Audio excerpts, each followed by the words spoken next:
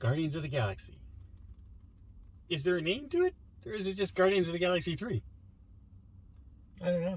There's got to have a name. Normally there's a name to it. I don't know what it is neither. Okay. I'm curious. What are your thoughts on this part of the movie? Of the series? Okay, well, I really like the first one. Yeah. Really like the first one. Chris Pratt since then has been my guy. Mm-hmm. And Mark's.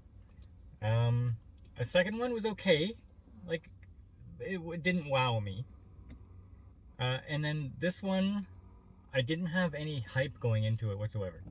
Like, I didn't care if I saw it, but it's still one of the Marvel movies I like most. The Marvel franchises. Series, yeah. And throughout this one, I was saying, okay, well, it's a 7. I'm enjoying it. It's not wowing me. I'm enjoying it. And I said, oh, well, maybe it's a 7.5. Maybe, this is kind of good. And then, oh, no, look what they're doing. It's a 7. So I was flip-flopping. Every time I thought it was getting pretty good, then they'd do something that was a little bit lame or slow or tiresome. Or repetitive. Yeah. And it kept on going up and down. Very Jigsaw, like very up and down. And I thought for like Guardians of the Galaxies, their soundtracks, like that first soundtrack from the first movie, was huge. That's what made the movie. Yeah. The music in this didn't seem to match what was going on with the screen at all. No. The song selection was terrible. Like, good songs just didn't match what was going on. Like, you could put the best song in the world with a scene that doesn't match and it doesn't work. Okay, well, everybody has their own taste. I didn't think these were good songs at all. Well, some of them are good songs. It's just you're hearing it in the wrong context of what you're looking at, and that's the problem. And at the end of the show, like, when they don't know what to do, you have their little dance party. Okay, well, Groot starts to groove to the music, okay? And he's going like this, and it's a slow song. But it's a slow song. Like it doesn't line up yet. It doesn't at all at any point. They choose this really slow song that the song puts you to sleep. The song choices in this movie were terrible. Terrible. When people tell you it's a darker movie, it's a darker movie than the normal Marvel movie. I don't even think that's a point of conversation. Like, it wasn't a dark movie. Well, for Guardians of the Galaxy, it's a pretty dark movie. I wouldn't call this a dark movie. It was just a movie. Except think of Marvel. You don't have animal cruelty in Marvel films. You don't have mass people being wiped off the planet of the Earth. This was no darker than the first Captain America. It's just a movie. The first Captain America. Yeah. What did he do? What is confusing about that? Well, I'm thinking of like what was like. It was a bland color palette and fighting, but that's it. No, when I'm talking about dark, I'm talking about like not as lighthearted of a movie. It's a much more serious movie dealing with a lot more serious topics than normal Guardians of the Galaxy movies are. Okay, whatever. I guess some people can think that, but I don't think this is a dark movie whatsoever. Well, if you're thinking you're going to bring your 7 and 8 year olds to this movie, it's going to be a shock because this is normally a movie you could bring kids to and it's no problem. I think kids would not have would have a little bit of an issue with this movie. Okay. But anyway, I was looking at this the whole time going, I'm not hating it, but I'm not enjoying it. Like, you know what I mean? I'm like really indifferent to this whole movie. And I think a lot of it was the music choice in this. A lot of it was, okay, we're now set up where Gamora's someplace. Some of the other Guardians that were in the last movie are someplace else. Yet we don't know why they're gone to these different locations. We don't know how it happened. It just happened. There's no story behind it. There's no why did Gamora leave? After the last. Because it wasn't the same Gamora. I know, but we don't have any. Why did she join the Ravagers? And all of a sudden, Nebula is now what? Terminator 9 with all her she's now Tony Stark suit with all her arms just turned in anything they want. And they simply explain it by oh, Rocket gave her an upgrade. Oh, okay.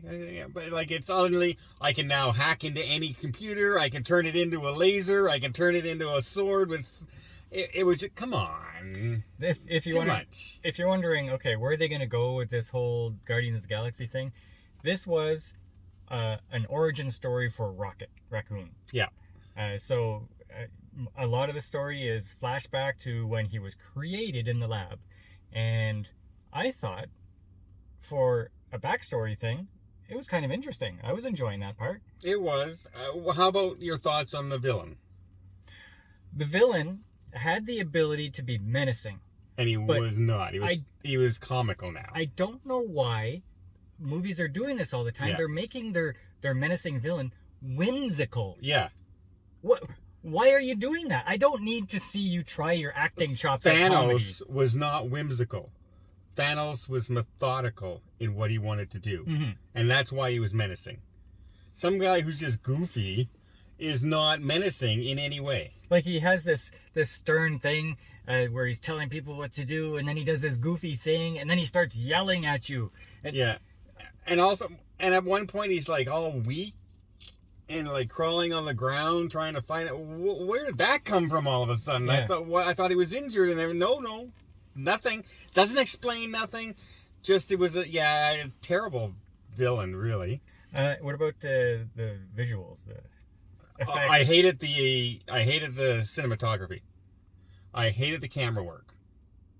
It was exactly like I told you. Like in the Transformers trailer, they have this one part at the end of the trailer where it's just you're going through the battle and all these different things are happening at the same time and you have different perspectives. And I said that's what's going to be in this movie. And because it's all CGI, they thought, well, the way to make it look less CGI is to have the camera flipping under people and around people and things like.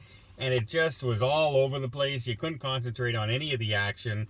I know I wasn't a fan of that. I thought for a big budget movie, like there's this part where they go through space and they're all wearing these rainbow space suits for some reason. There was too much goofiness. And then you have Mantis, and she's kind of going through space all crazy, and then she hits the ground, and then you see the invisible crane rope lift her up because her body bends like as though a rope was on her waist, and it just lifts her up. And I'm saying, excuse me, you're a big budget Marvel movie and you left that in? Yeah. That didn't look real at all. Now what did you think of Adam Warlock in this? Is that who that was? That's who that was, Adam Warlock. Well, I don't know, I guess he was all right. I didn't know who he was or why he was important and whatever. I guess I have more context from the end credit.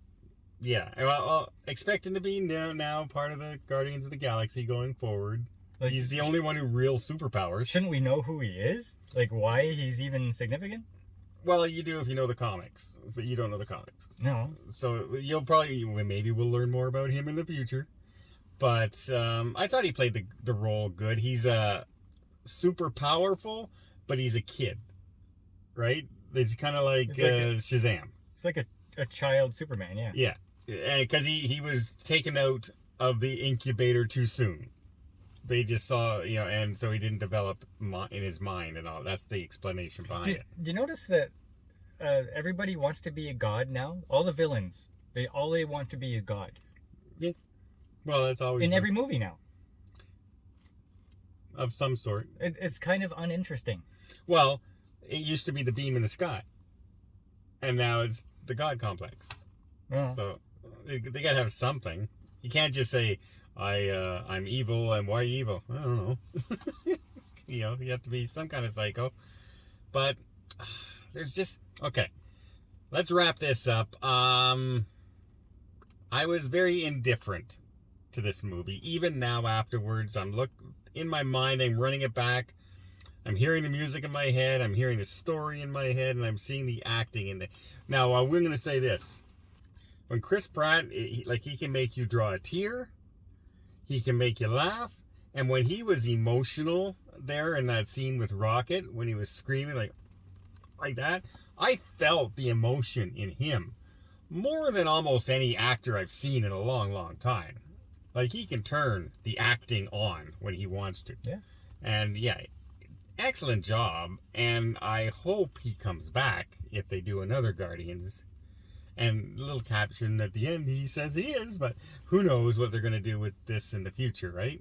Because the team is kind of, who knows? Because this was James Gunn's swan song. He's now heading over to the other studio. So he's no longer with Disney and Marvel. So who knows what they're going to do? There are 2 end credit scenes. You're not going to be happy that you waited for them. Especially the last one. Especially the last one. But the last one does indicate that Star-Lord will return. Yes. Doesn't say Chris Pratt will return as Star-Lord. It just says Star-Lord will return. Yeah, and the first one gives you an idea of what's happening with Guardians of the Galaxy if they do another movie. Yeah. Who's in charge, who's part of the team, etc., etc. But I'll give this one a 7.2. I'm going to go the other way. I'm going to go 6.8. Okay. Because, yeah, there were so many choices in this. Like musically, it was a fail. Musically a fail. And, like, the up and downs too much. Like, I like this, I hate this. And the cinematography for the fight scenes, did not like at all. So there was a few more things I didn't like than I liked in this movie. It's definitely not as good as number 1. Nowhere near it. Well, I wouldn't say that. I would say maybe just a smidgen below number 1. Nowhere near it.